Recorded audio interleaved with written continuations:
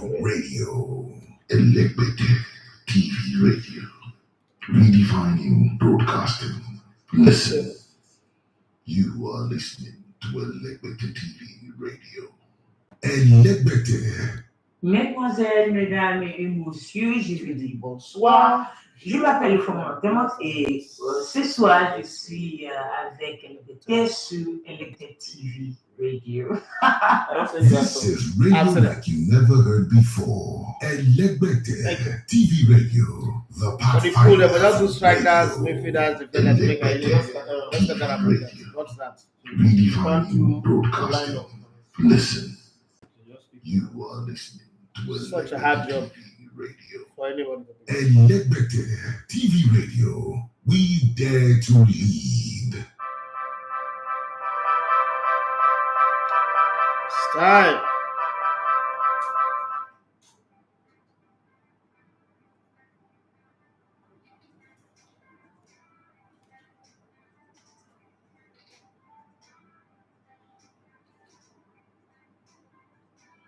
All right, good morning and welcome to the Tuesday edition of the Sports Buffet on Electric TV Radio. My name is Idafi Mateo. So you're going to love to come in Electric on the spot. So much to deal with. 1 hour will not be enough for us, but we've got to manage as best as we can. And so many stories here. Emmanuel Sebastian is also here in the building. So let's take it on the speed lane today. Not so much romance.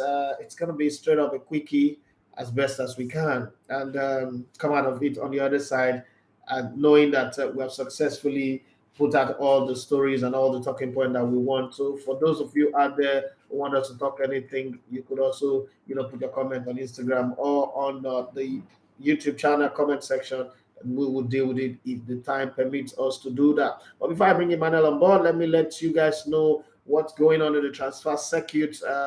It's a whole lot. Story just broke that Arsenal are preparing a £90 million bid for Declan Rice. If you're an Arsenal fan, do you think that's a good move? That is worth it. I mean, as an Arsenal fan, there are two sides to it for me. One, you're beginning to see Arsenal getting close to the £100 million mark. Arsenal has never done anything above 72 million. So getting close to that one is nice as well. But is Declan Rice a player? On one front, you just want more bodies in the team, but you don't just want bodies for the sake of it. Can Arsenal do that and then still go for Moise Caicedo? I don't know. Who are the other players that Arsenal will be going for? Arsenal still need a striker, a guy who puts the ball in the net. See the difference of Man City this season, having a guy who put the ball in the net and a guy who plays as a false nine. You see the difference. They are brutal, they are ruthless. And when everybody thought that they are not going to win the league title, they reinvented themselves, let João Cancelo go in January. Pep Guardiola also showed what coaching really is about with his performance this season. I know that, okay, this season or not, Pep Guardiola have always been a massive top-rated coach, but this season he showed that he can reinvent himself. John Stones playing in midfield. João Cancelo was let go. The team, redesigned, realigned, readjusted.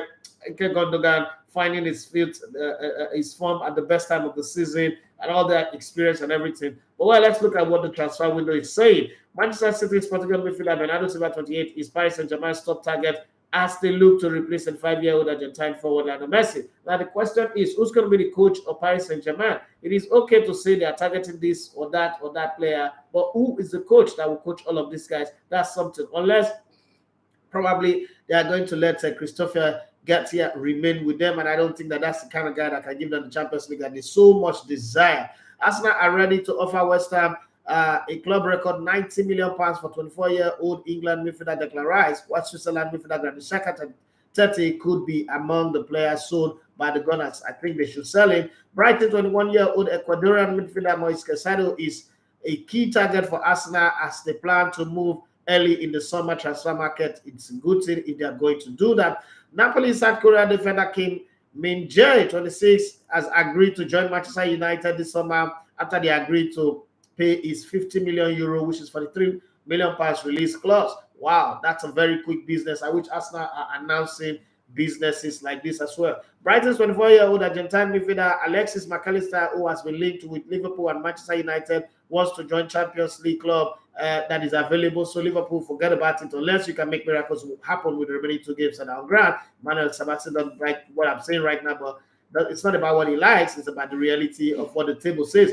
Having said that, prospective new Chelsea manager Mauricio Pochettino is set to hold talks with 24-year-old England midfielder Mason Mount over extending his contract, which expires in 2024. Chelsea want Napoli's 24-year-old Nigerian striker Victor Osimhen as part of Pochettino's summer rebuild. If you guys want him to go to Chelsea, I really don't want him to, but if eventually that's the only club that is available and they are willing to pay, why not? Go there and pursue it. But I know that in the next 5 years, Chelsea will not win the league title. Chelsea fans don't like this, but it's not about what you like. It's about what I feel.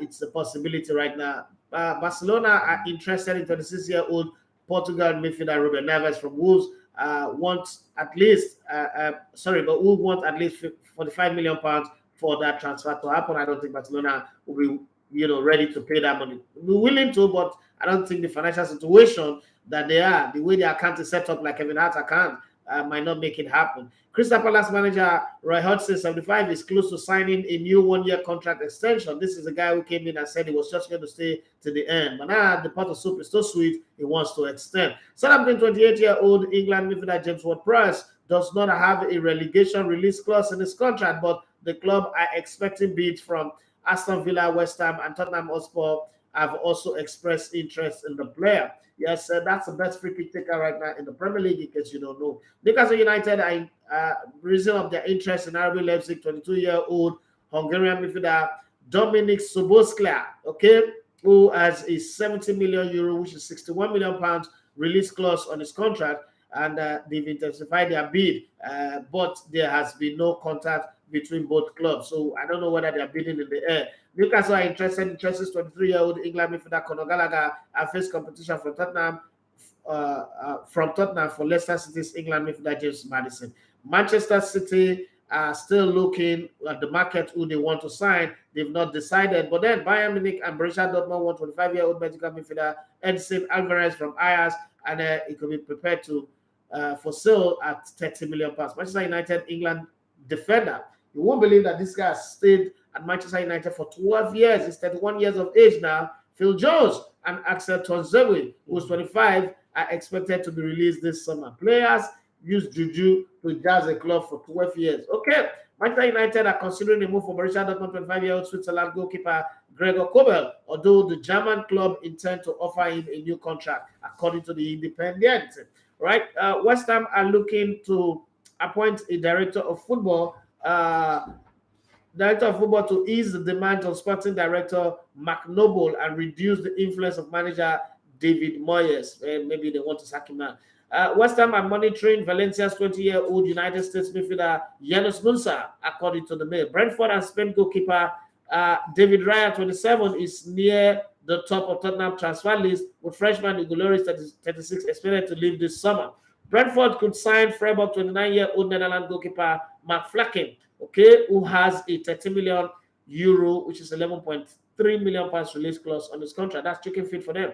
Tottenham have held talks with Roma sporting director Thiago Pinto, about their director of football role. They keep going there, and then they'll end up with controversies and end up with their problems again. Whatever it is they end up with, the Chelsea fan right now, what do you want Pochettino to do as he starts a new reign at the end of the season? What are the type of player, if you have a position to advise Pochettino on the type of players that should be brought into Chelsea? Who are the players you want them? Because don't forget that at Chelsea right now, one thing is certain, money is not a problem. Signing of players could just be done easily. So what would you advise Mauricio Pochettino to do? How would you want him to go about the signing of players? Having said that, there's also Liverpool. If you're a Liverpool fan, what's the name of that player that they say is coming through again?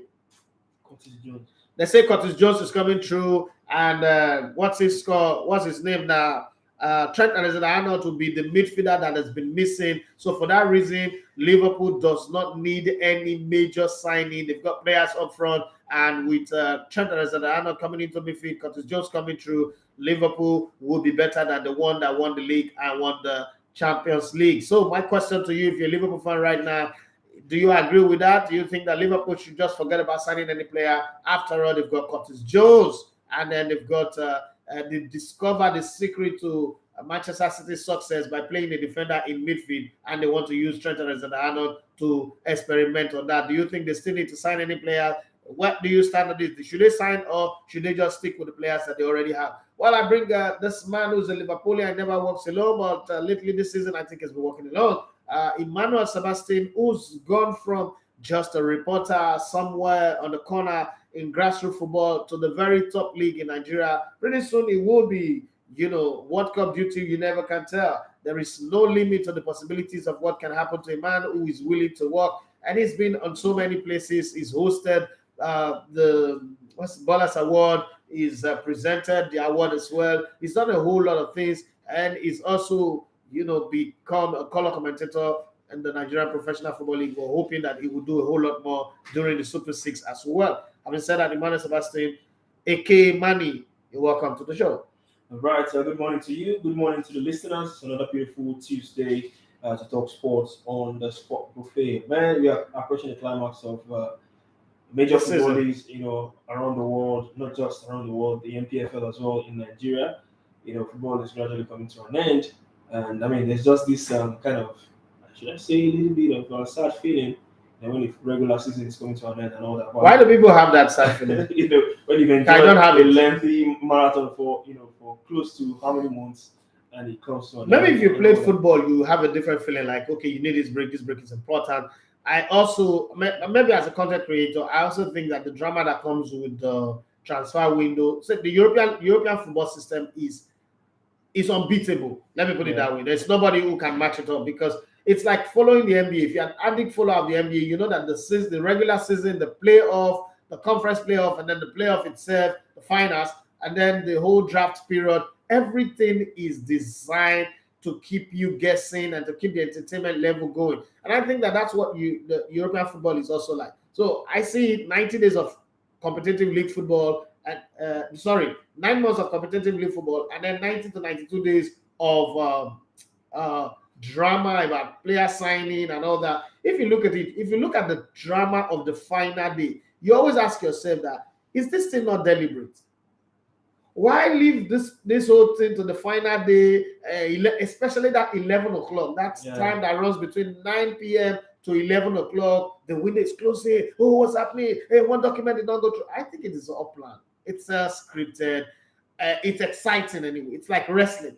For those of us who now know that, oh, this thing is scripted, we look at it passively. But for those who don't, who still see wrestling as a fight, you see that energy that comes with it. I think that's the same thing with football. It's just that it has taken so long for us to know that, oh, this thing is scripted. This thing is not as competitive as we are thinking. This thing is, some people sitting in directors' boxes and say, this time, let's let this team win. Let's allow that one win. Oh, you guys have to tune down, adjust your team a bit so that you can be beaten. Hey, Liverpool, you cannot just be the only one chasing Man City. Yeah, Man City are spending a lot of money. They deserve to win the league, but until they win the Champions League, we'll let them win the league continuously. But let's remove Liverpool a bit and let's put another team. Arsenal, you're going to be pretending like you're going to win it. But I really wanted Arsenal to win that league. I mean, it's not what you want. It's not what you want. It's what the powers that they want. Exactly. You can look at it from that way. But in football perspective, I would really have wanted Arsenal to. It would have been an insult to the Premier League if Arsenal had won the Premier League. Let's be very honest. If an insult to me, like the quality of players, they're not good enough to win the league. They are good enough to make the top 4. Even being in second place is an insult to the league. Let's be very honest here. Arsenal doesn't have a team that deserves to be called league champion. Like, oh, this is the league champion. No, they don't have it. Look at Barcelona winning the league in Spain. Considered 9 goals before that last game against Espanyol. Considered 2 goals to make it 11 goals. Arsenal were going to concede against any opposition that stood up in their face. Arsenal were going to break down anybody that stood up in their face. And then there were times where they were just sheer lucky. Arsenal played some beautiful football. Same way when they were not even making the top 4, Arsenal is known for always playing beautiful football. So let's not use the beautiful football to say, oh, that's an excuse why they deserve to be champion. Truth is, when you deserve to be champion, there are certain things you can do in a season that shows, okay, yeah, this is what being a champion is. If you look at the game against Everton, away at Goodison Park, that game, that's not a team who deserve to be champion.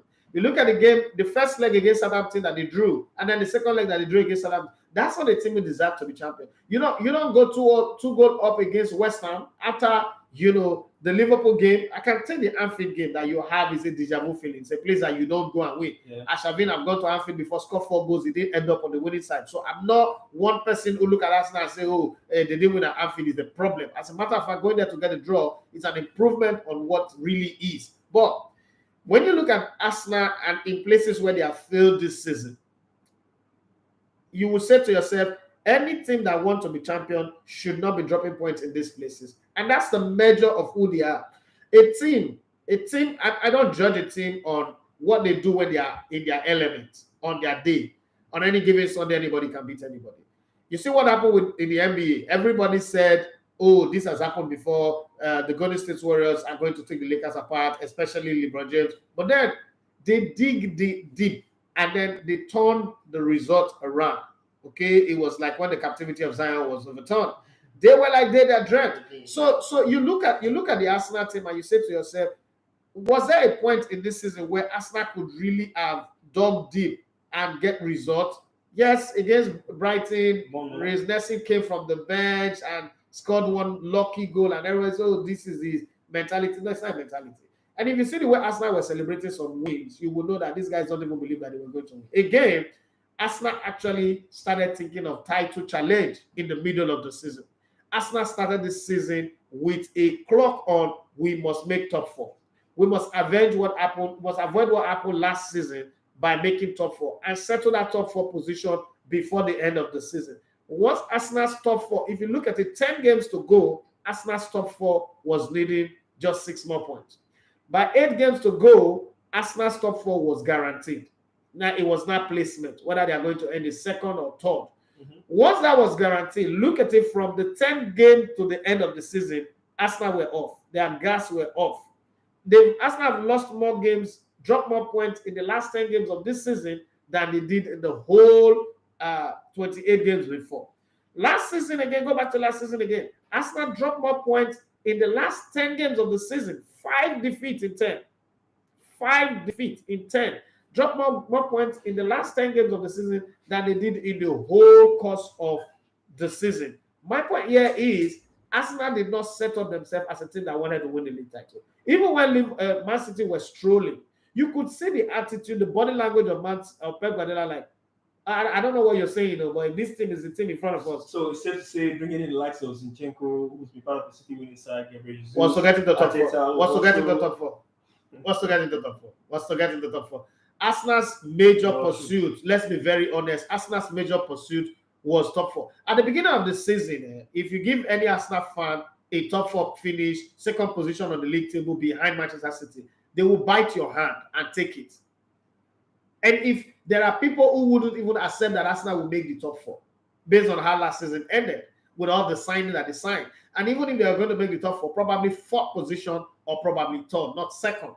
So when you look at this, and then you judge it based on that, you say to yourself, Arsenal was never a title contending. It's here. Fans are always emotional. Fans get very emotional.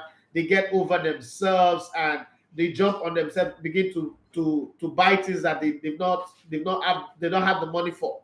So Arsenal were already dressing up for title parade and the rest. And with the energy that comes from the YouTube channel AFTV, you almost kind of like think that, oh, Arsenal are champions already. No, they are not. Even the players cannot tell you that they are champions. They don't really have what it takes to be champions in the Premier League. And it would have been an insult to the Premier League for, what's his name now? Halinala to score this number of goals, break all this record, and then end up with a team that's not winning the title. Come on, what's that? All right, Edu has popping on the show. I think one of the first few earliest comments we've gotten on the show. Still on the Arsenal issues, he said, I think Elegbete is one of few Arsenal fans who didn't believe they would go on to win the league. So, but how do Arsenal build from this? Do you see them challenging for the title again next season? So quickly. Well, I like to say this, that the rebuild was always going to be a process. When Arteta came in, I remember saying to you guys in our family WhatsApp group, I said that it's going to take him 5 years to contend for title. This is his 3rd season, or probably 2.5 seasons. Let's say his 3rd season. And in this space that is being on, one of the things that is very clear and for me is the fact that no matter how you look at Arsenal, there's been massive progress from perennially not making the top four to now making the top four. And this season, whether you like it or not, Arsenal will be seen as a team that contended for the title. Almost 240 days on top of the league table. But it is who stays on top at the end of the season that really counts. From the one, I kept saying that I don't see Arsenal winning the league title. I don't see them because they were a first 11 team. And then again, there is a tactical mistake that Arteta made. And that's what rookie mistake. When Arsenal had injury problem and the squad was narrow, they bonded together more. When Gabriel came back, Arteta continuously was making its selection mistake. So in the course of the league, a player like Trossard came in and became better in making assists, making more runs. But once Gabriel Jesus came back, he started playing him ahead. It wasn't about form, it wasn't about fitness. It was just about, oh, Gabriel is my big player, let him play, I want to satisfy him. And I think that took a little out of the team. Again, Arteta didn't know the time to pick Zinchenko and Tierney. You know, there was always that. You could tell that this guy doesn't know, and the body language of the players was beginning to tell that some people were not happy because it wasn't because of their form that they were not being picked. That's why we're playing against some teams that needed a wide man that would run into the channel and pull in the crosses in. And Tierney was a better player for that job than Zinchenko. Arsenal would you will see him play. The Southampton game, for instance, you needed a Tierney more than you needed a Zinchenko. The game against which other team again? The game against West Ham, for instance, you needed a Tierney more than you needed a Zinchenko. But hey, he's the coach. I can't fault him because what he's achieved this season. If you play the way you play, the way Arsenal played this season, and you ended up second, just behind Man City, I don't think anybody, analyst or commentator, anybody have the right sense to criticize you. So looking at Arsenal, you're always going to judge him from last season. Last season, they ended up in 5th. Okay, they blew their chance of making the top 4, and they ended up in 5th. The problem with Arteta, the only way you want to criticize Arteta is Arteta should stop ending the season in pains. Last season was an improvement on the previous season, but then they almost made the top 4. They had the top 4 in their hand, and then they blew it. Last 5 games, it was Crystal Palace first. They lost to Crystal Palace 3-0, the 2-1 or so. They lost to Newcastle 3-0. Lost to some teams that they shouldn't be losing to. And those 5 defeats, 4 defeats leading up to the game against Tottenham Hotspur that they lost just meant that the top 4 hope evaporated right in front of them. Again, they've had a great run. I'm not saying that I saw them winning the league title, but now that you have accidentally find yourself in this place, last 10 games again, you blew it. So it's becoming like a tradition now. I hope it doesn't continue for long. So you now say, oh, the coach that crumbles in the last 10. You don't want that to happen. You don't want to create a Ballack situation with Mikel Arteta. Ballack is the guy who always gets to the finals and don't lose. 2002 World Cup finals lost. Liverpool play with Bayern Leverkusen in the finals of Champions League lost. Play with Chelsea in the finals of Champions League lost. Every time he plays in the finals of the major competition, he loses it. Arteta is not going on to look like the coach who goes, lead everybody to the promised land, show them on the mount, and then like the Moses, he doesn't make it. I hope that they make good signings. Do away with some players like Granit Xhaka. I think Granit Xhaka should go. I think a few other players should be let go, and then build the team to say we're competing.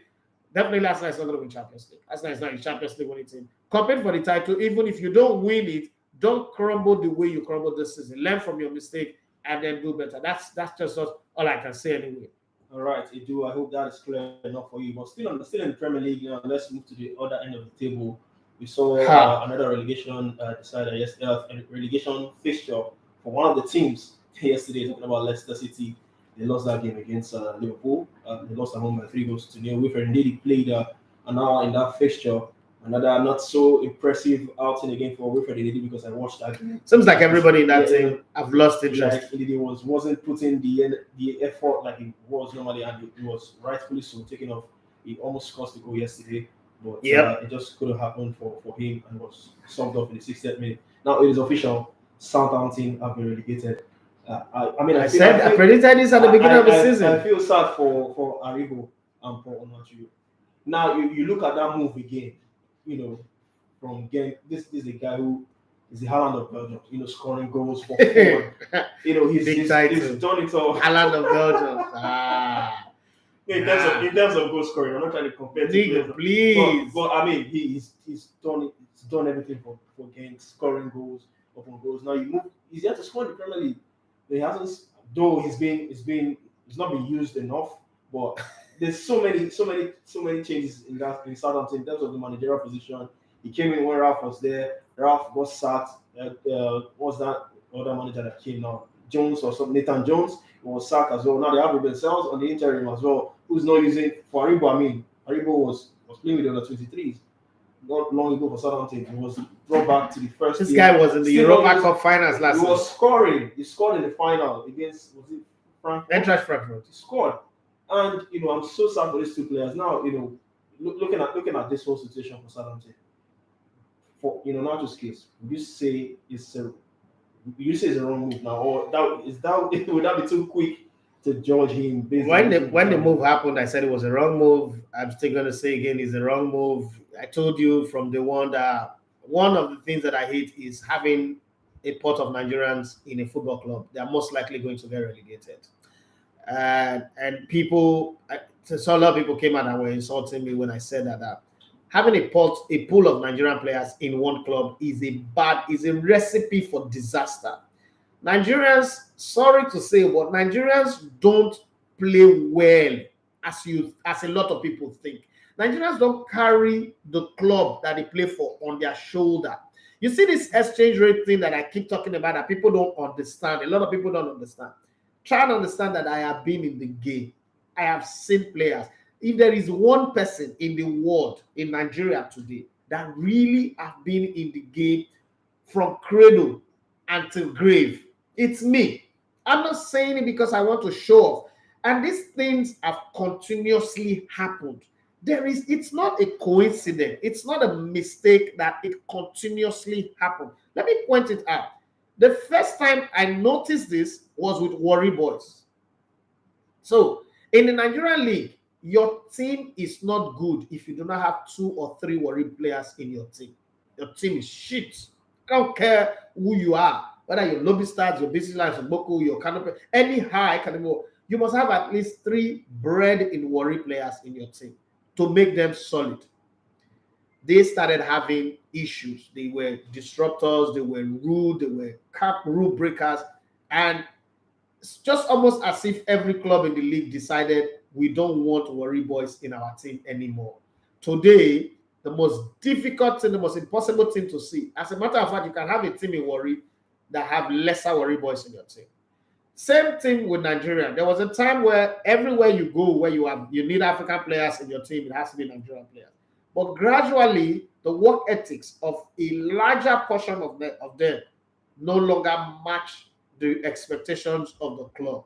There's sort of a level of inconsistency. And then again, Nigerians on social media seems to know more than every other person. So Nigerians on social media seems to think that they know everything. You cannot even you can't say anything because once you give your opinion, a professional opinion, they would insult you. If you look carefully, historically, every club that have had more than one Nigerian player in the team most likely battle relegation. Back in the day when Kanu Wako and the Judge were in Ayers, they were winning Champions League, winning the league title, and go to other places. But that's not the case today. When you have 1, 2, or 3, the Bible says that where 2 or 3 are gathered in my name, I am there. In the case of Nigerian player, where 2 or 3 are gathered, commotion and relegation is expected because the work ethics is low. They joke, they vibe. Watford got relegated, having 5 or 6 Nigerian players in their team. Leicester is about to go down. Southampton just went down. Southampton, we can cry all we like that they are a selling club. Southampton has been selling since forever, and they've always been in the Premier League. All of a sudden, the season they have 2 Nigerians in their team, they are going down. It's not coincidence. Some people are taking notes. Eventually, they will start saying, no, we cannot have Nigerians in our team anymore because they don't give us the work ethics that we require. When you are a top team, you bank on quality of the player. When you're a lower team, you bank on the work ethics of your player. the thing is, we don't have the players with that work ethic. We can talk about the performance of Victor Osimhen this season. We can talk about the performance, the miraculous rise, meteoric rise of Gift Emmanuel Oban this season, and a few other Nigerian players. But the truth is, Simiwako played for a club, they got relegated. What's it called? The Watford guys got relegated. Now against Southampton is getting relegated. If Leicester joins it, you think that somebody's not going to go to Italy as well? Cremonese, there's one more game. They drop points in that game. They are relegated. Nigerian name is there. It's not coincidence. People might not like what I'm saying. That's why you're blaming the Nigerian players. But if Nigerian players is always turning up where clubs are getting relegated, don't you think that somebody is going to look and say, "Come on, why are we signing these players? They don't give us the thing that we need," and then that become a roadblock for future Nigerian players, because you got to begin to think that they have to perform at a certain level. Akinkimi Amao went to Denmark, and all of a sudden we're not talking of him more in the terms of alleged rape than football performance. I hear he's been in Nigeria since forever. What player in a regular season comes home? Something must not be right. All of these things is what you need to look at. I think that when it comes to the work, and the easiest place to notice that is when you go to the national team camp.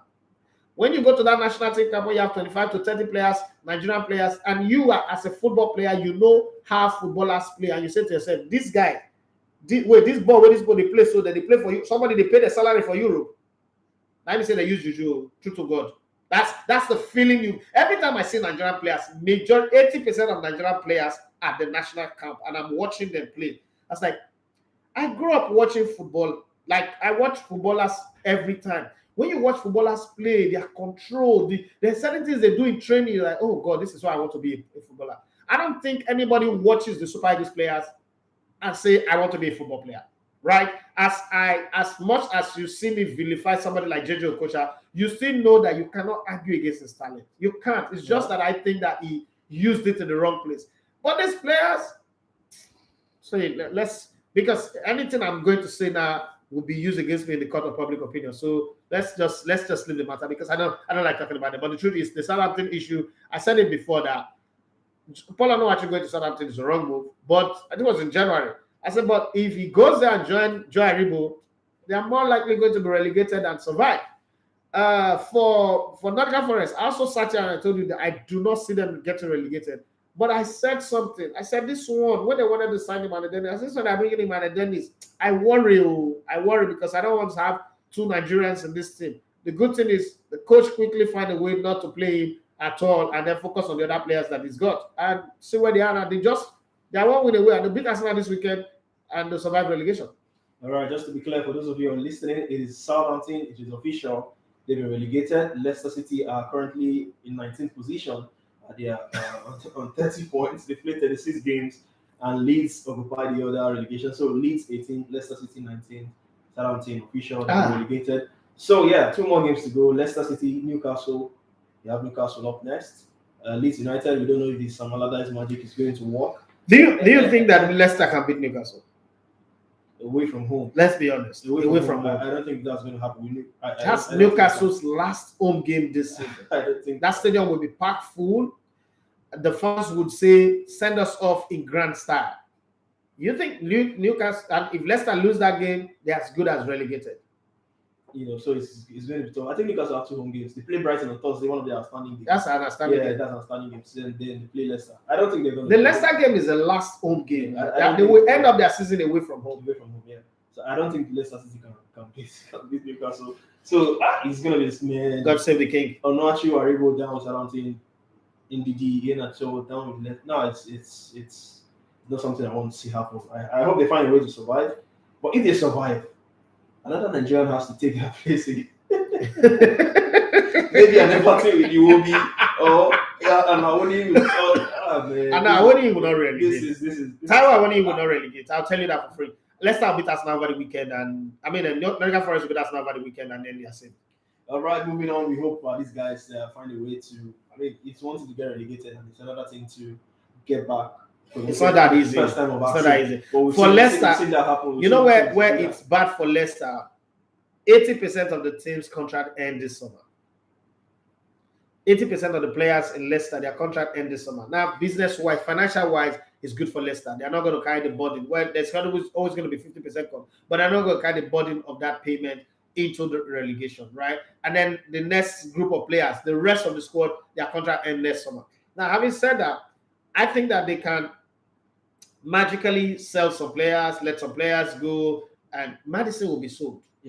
Harvey Barnes, those players will be sold. Jamie Vardy can say, I've won the league, I've won the FA Cup, I've won the Community Shield with Leicester, I want to stay here. But there are a lot of other players that can be sold and let go. Having said that, I think that what would happen eventually, players like Ndidi, the question is who in England wants to take him, right? Because now nobody is talking about the quality of Ndidi. Ndidi is a quality player, but there is the Indian sign on him, the injury.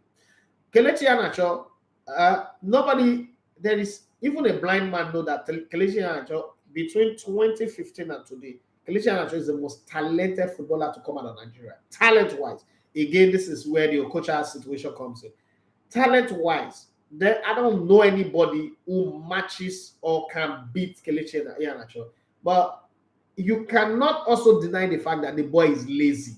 And people hate to hear it. Like two group of people that hate to hear his friends in his circle. And then the people who believe that if you make any comment about Kelechi, you hate Igbo people. Because Nigeria is not so divided along tribal lines that every comment is not analyzing the merit and the objectivity of it is divided, is measured in the tribal line. Okay, the person that is saying it, what tribe is it from? Oh, this guy does not like Igbo people. That's the first thing. But this has got nothing to do with tribe. All my children are Emeka, Ekemechukwu, Ogochukwu. There is a reason why.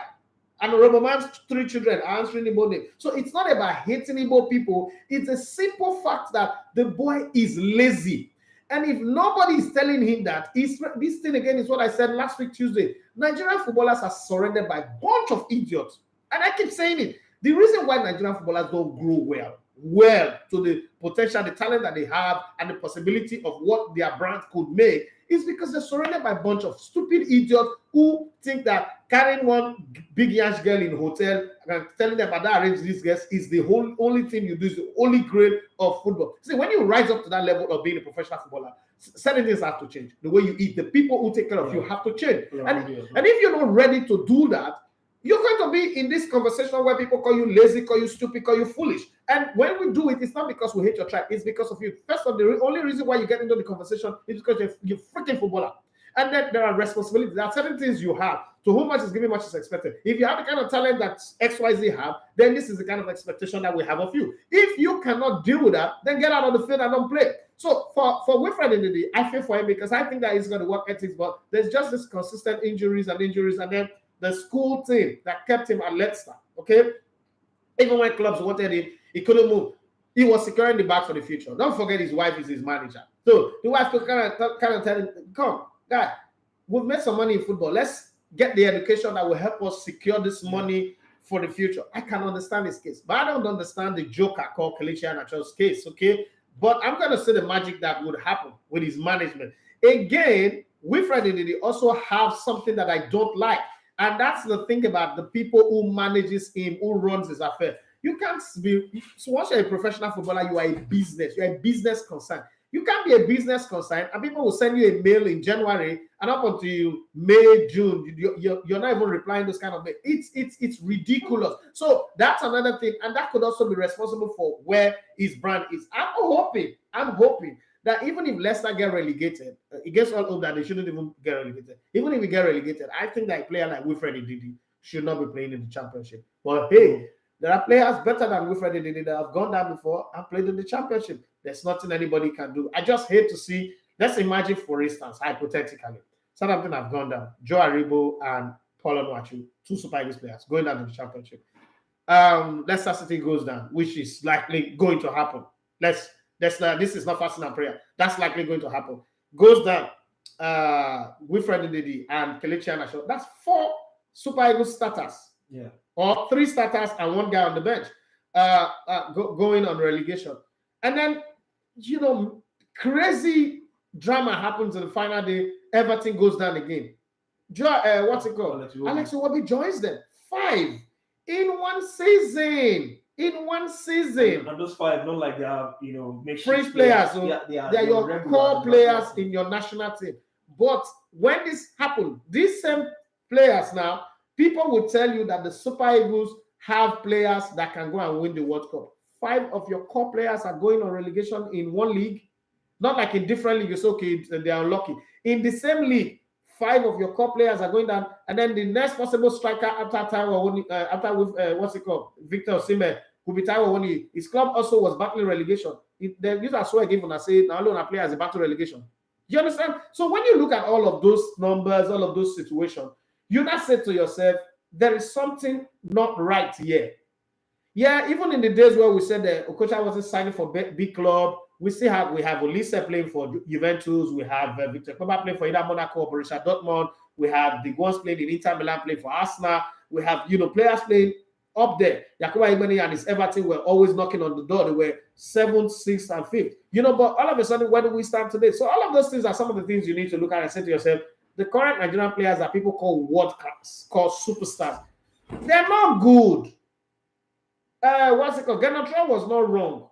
I've never been wrong about it. It's just that people do not want to hear it. They're not good. Yeah, they're not savvy play ball. You remind me of Genotron when he said that people were like attacking him, that these players are world-class players and all that. Yeah, but I mean, for Leicester, it's going to be a sad story for a team that won the league. I think how many years ago? 2016. Won 7 years ago. Won the FA Cup. 4 seasons ago. Won the Community Shield as well, and going down relegated. It's just a sad one. Hopefully, they find a way to stay up, and our Nigerian brothers, find better moves if they get relegated. I pray so. We hope so. we hope so.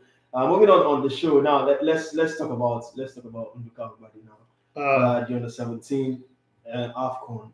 Sadly, the Golden Eagles, they got knocked out by Burkina Faso in the quarterfinals. Yeah, if I'm not mistaken, quarterfinals, where they lost that game by 2-1.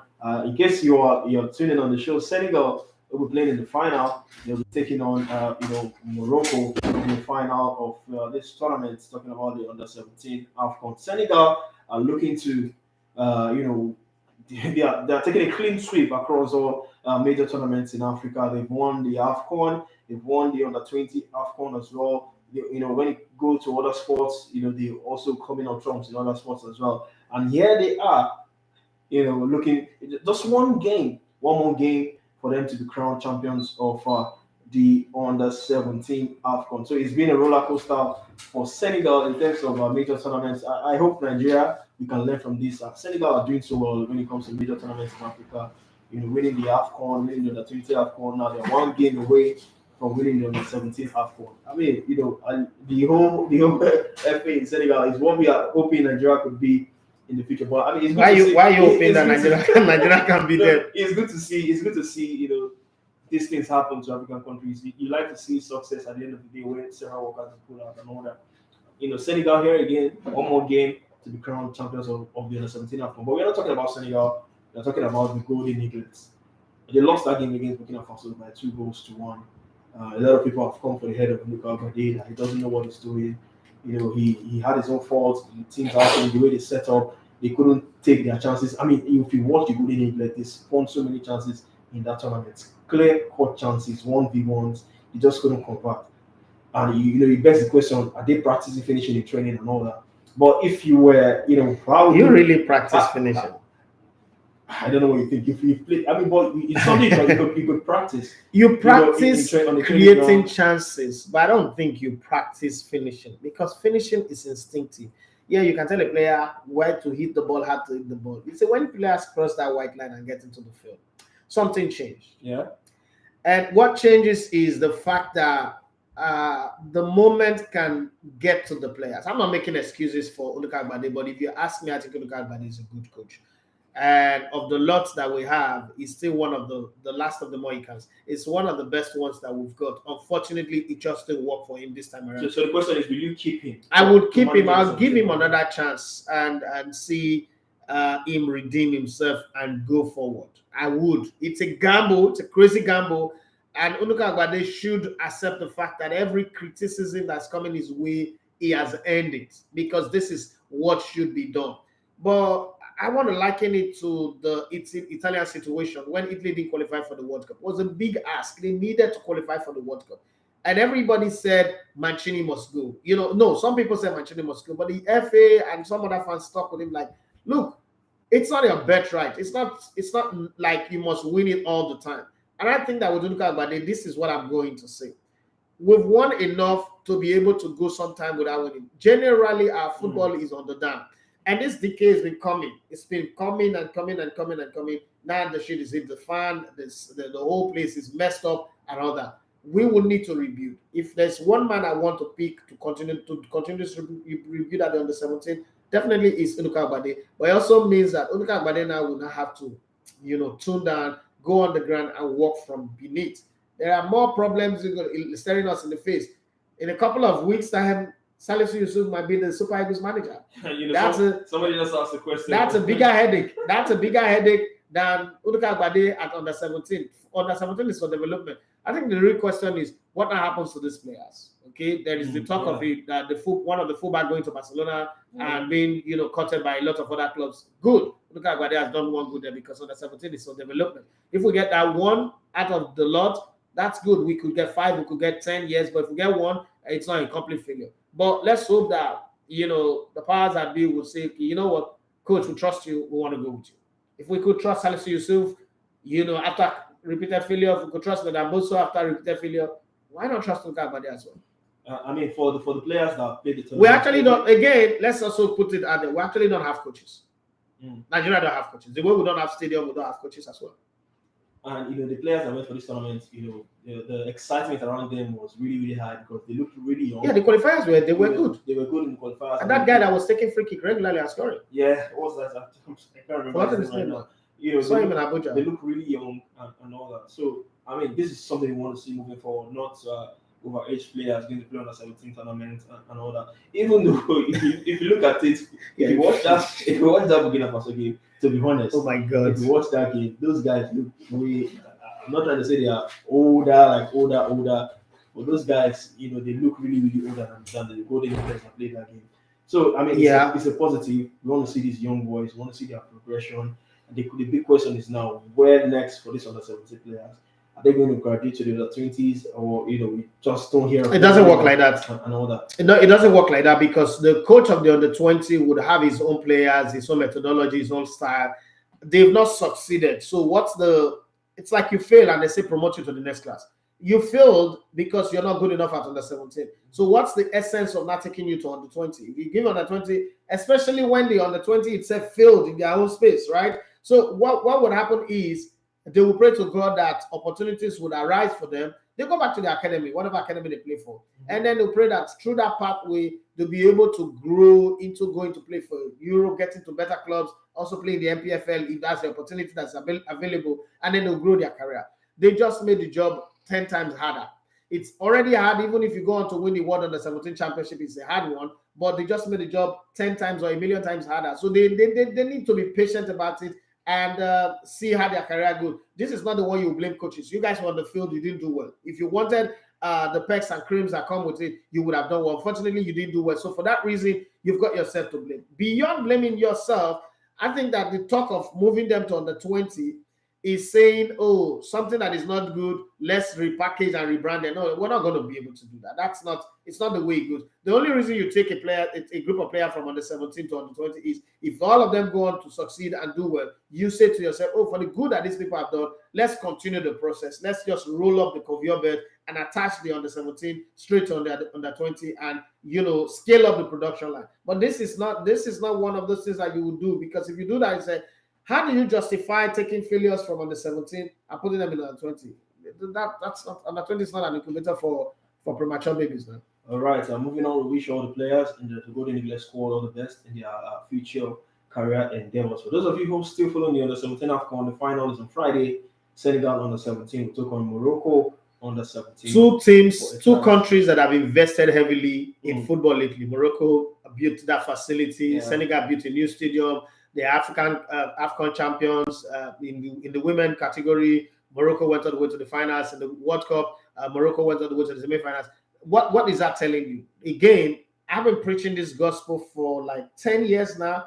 that football is beginning to get past the place where power wins. It's beginning to get to the place where investment, science, and all that, statistics, data, proper analytics works in football. And unfortunately, we don't have any of that. We have one high performance center in Port Harcourt that is always lock and key, under lock and key. Nobody's using it. And even if you want to use it, it's like you need to get approval from the governor or to get, so it's crazy. But if we are ready, when we're ready, we'll get there. But for now, we're not ready. Any result that we get in football doesn't surprise me, or whatever performance I see of our players out there, it doesn't surprise me. I'm like, oh, this is what we deserve. The investment I will put into sports, this is what it deserves. All right. I picked one thing from what you said. When we are ready, we will get there. This leads me to this question from Aliu. He said, you talked about Pesero, and I think this question is just a Pesero as well. He said, there are news making the rounds that Pesero's contract will not be extended, and Salisu Yusuf is in line to take over. What do you make of this whole scenario? Is Salisu Yusuf the right man to take over the job, considering the fact that he's being part of a coach is collecting bribe? If I know this bribe team, people will not go away from it. They will still keep on moving. I don't even want to stay on the bribe. So the bribe thing is just, that thing that people bring when they want to disrespect you. Every coach in the world, I say it, every coach in the world, from your Alex Ferguson, Arsene Wenger, Jose Mourinho, Pep Guardiola, all of them collect bribe. Now I'm saying it. Say this thing is a global thing. It's any footballer, who really wants to be honest will tell you that every coach in the world they collect bribe. So I'm not going to hand Salisu drive for that. Salisu as a coach, can he coach the Super Eagles? My answer is no, completely. Can the NFF pay $70,000 monthly to the coach? The answer again is no. All of those things that have happened in our football that people pretend like me, they are beginning to become a question. I spent a long time on this show telling you guys that 98% of our budget for the National Ministry for Youth and Sport is spent on NYSC. Nigerians did not ask questions. They pretended like it not concerned them. They gave us the, as Yoruba was a kilo coming. So when the results start coming and you're behaving like this, my question to you is, well, what were you expecting? Your country is not investing in sports. You want results. Coach Ayere have been complaining, lamenting that we've not had a CAF licensing course in Nigeria for Nigerian coaches since 2017. 2017 to now is 6 years, right? For 6 years, any coach have not upgraded from the level that they are. And the other day, we're having a conversation. Ariwala said, some people go and do UEFA course. Then people should go and train themselves. Do you know what it costs to go and do a UEFA course? You have to leave Nigeria, go abroad to go and do all those things. It's not as if you have a center in Nigeria where you can go and do it. Is that how other countries train their coaches in the first place? So when you look at that, in this football business that we're in, and I always like to use the word business, I'm careful with it. I don't want to join the group of people say football, we use it to take boys off the street, we feed them twice a day, those charlatans and idiots who says, those vagabonds who says that. I'm careful to say it. In this football business that we are in, have we put in the equity to deserve, to demand the result that we are always asking for?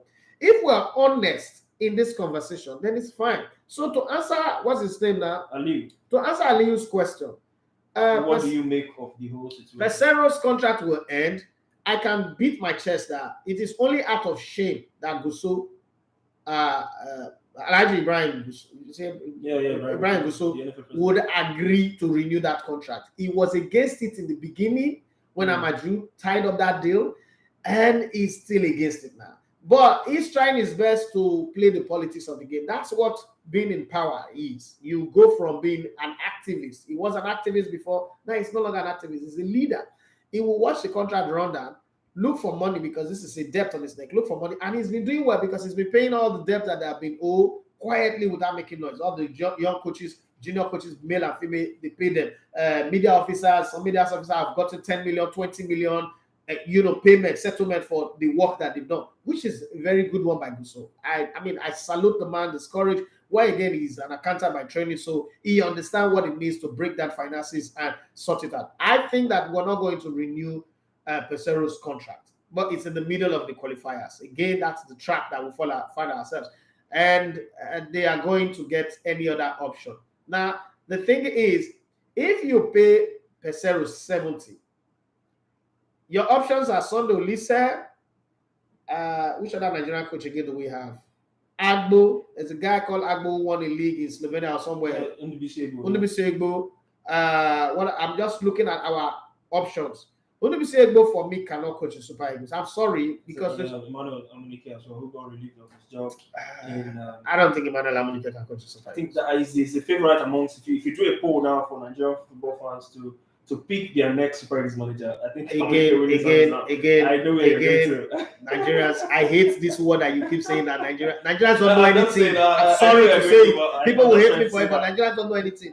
The crowd always get it wrong. The crowd gave us good luck, Jonathan. The crowd gave us Buhari. They don't know anything. They should shut up. Don't do any of poll. The coach, the NFL should sit down, because once you make it a responsibility of the people, when the results are going wrong, the people will not take responsibility. So there's somebody that is elected there to be president. What is he going to do? What are his options? I don't think Amunike can coach it. I'm sorry, Amunike is my guy, but I don't think he can coach the Super Eagles, because Amunike is kind of like very laid back. The Super Eagles don't need a laid back guy. The Super Eagles need a guy who shows up and let them understand that they're not good enough. If they don't want to play, they should get out. Amunike is not going to be able to do that. Amunike he's going to come and tell you stories of what happened in 94. See, what happened in 94 is not a football. It's an exception to the rule. What happened in 94 is not something that can be practiced anywhere. That's why no other person have done that. Amunike winning African Ball of the Year in 94 is travesty to that award. I don't hate Amunike. I love him. I've got mad respect for him. But if we're going to discuss and tell ourselves some painful truth and hold on to those truths, we can't use that. We can't keep using that tonic to work. When I was growing up, my mother had one black medicine in the house that cures everything. Cures stomach pain, cures worm, it cures injuries, swollen leg, inflation. They call it global shit. Nobody takes that shit anymore because that's rubbish, right? Today, you diagnose, you find out what is wrong, you prescribe, and you take it. You take your medication and you watch it go away. So, in the case of the Super Eagles today, maybe the most likely person is Sunday Olise, because you can't bring the Wavon back. Yeah. Amunike.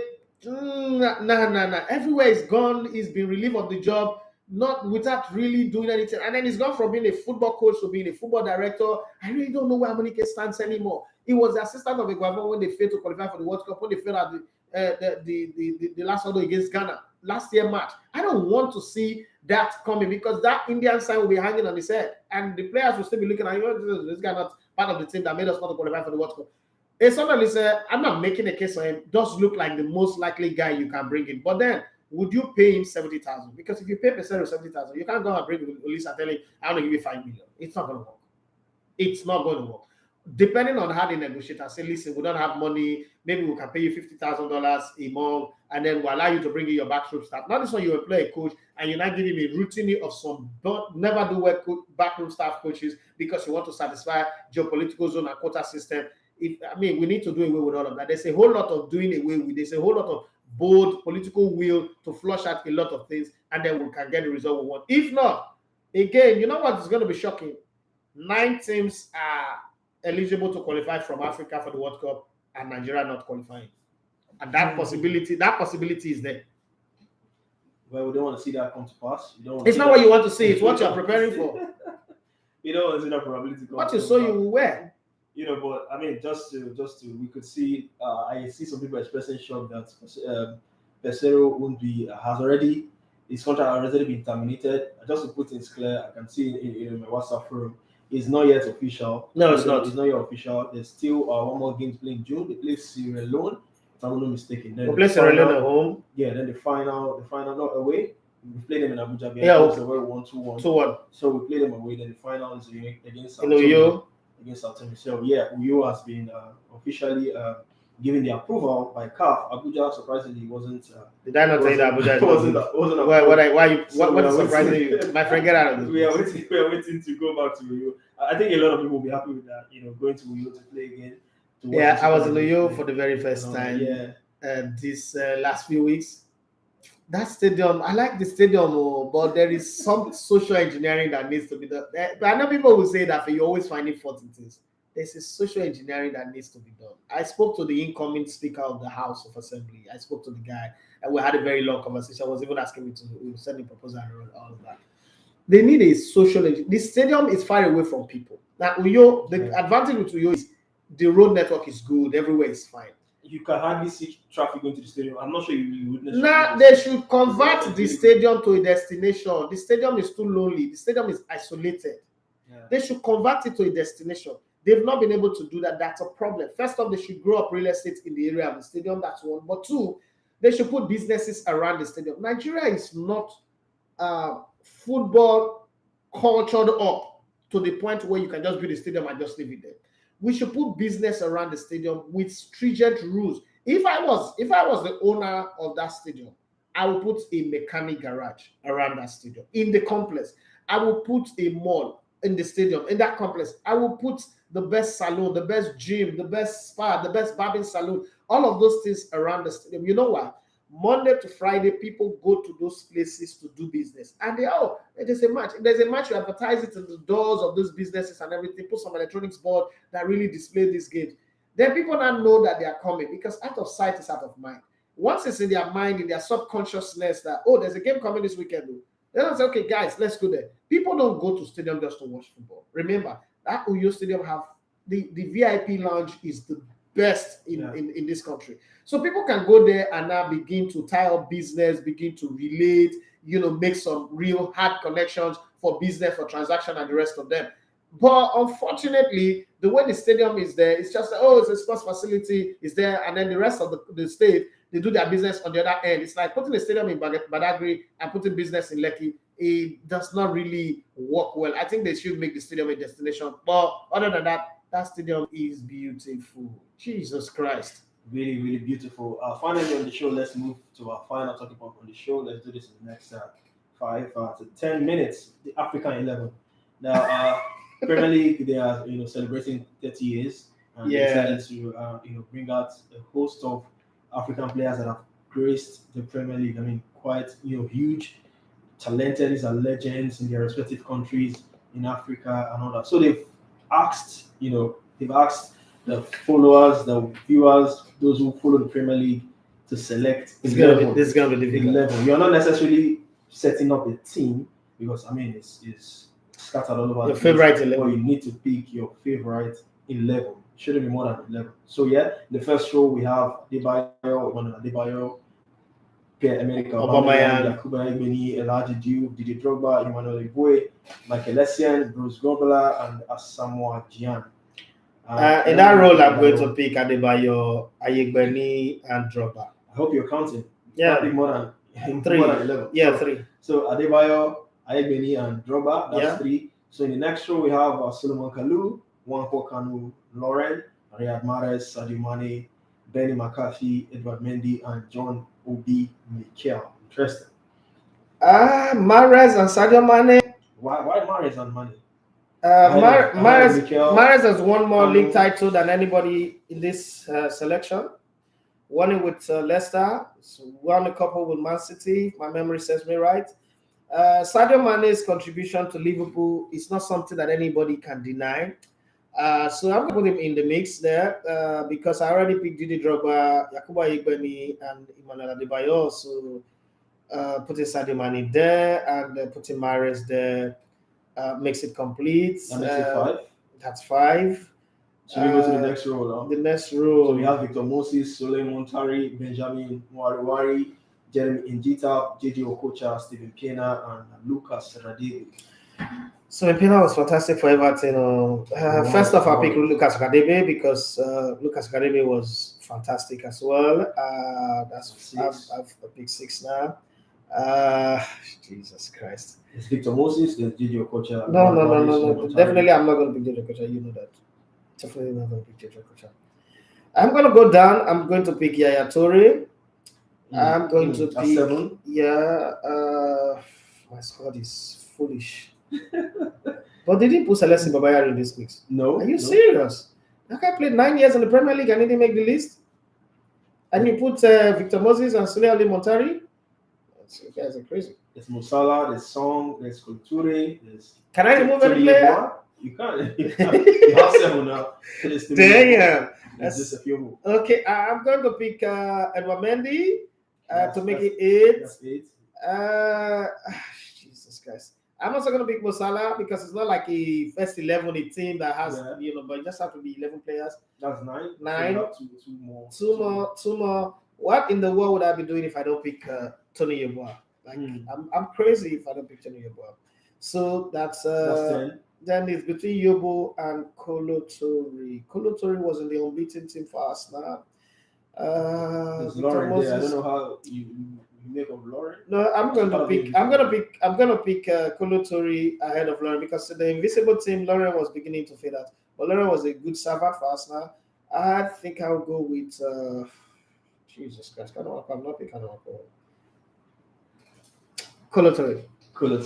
All right, that makes it 11. So that's your favorite Africa 11. So no Nigerian makes your favorite Africa 11. Yakubu Ayegben is there. Okay, Yakubu. Yeah, sorry. I picked Yakubu Ayegben. I mean, he's not going to be forgiven for that miss.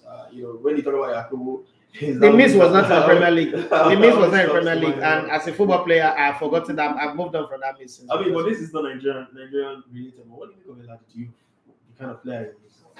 Okay, so Elijah Diouf, for me, the memories of Elijah Diouf was bigger for Senegal than for the Premier League. At Liverpool, it was a flop.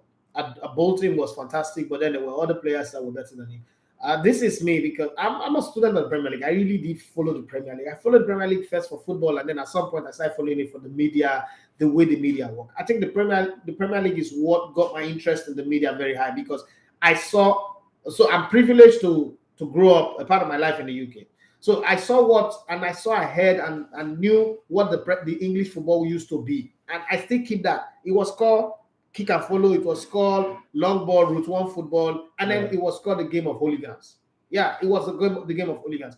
And the way media, and thanks to Robert Murdoch and the Sky Sports team, its whole enterprise, the way media turned that league around and turned it into what it became is still, for me, the driving force for me. That's making me believe that I can play a part in making the Nigerian league what it should be.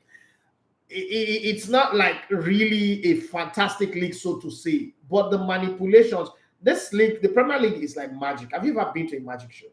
So I've been to Las Vegas and I've seen a magic show before, live magic show.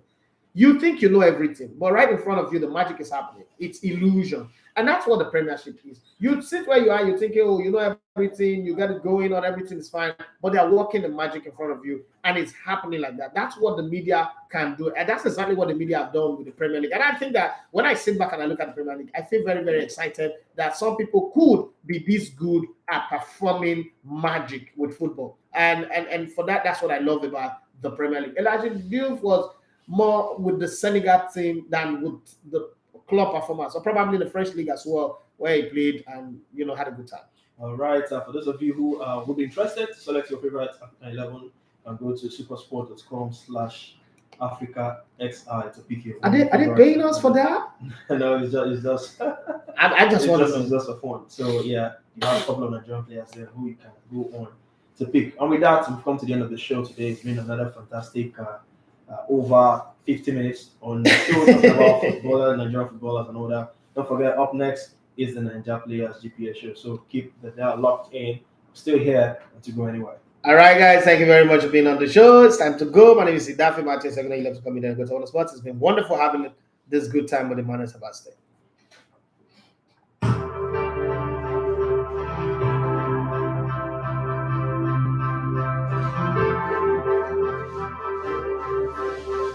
Yeah.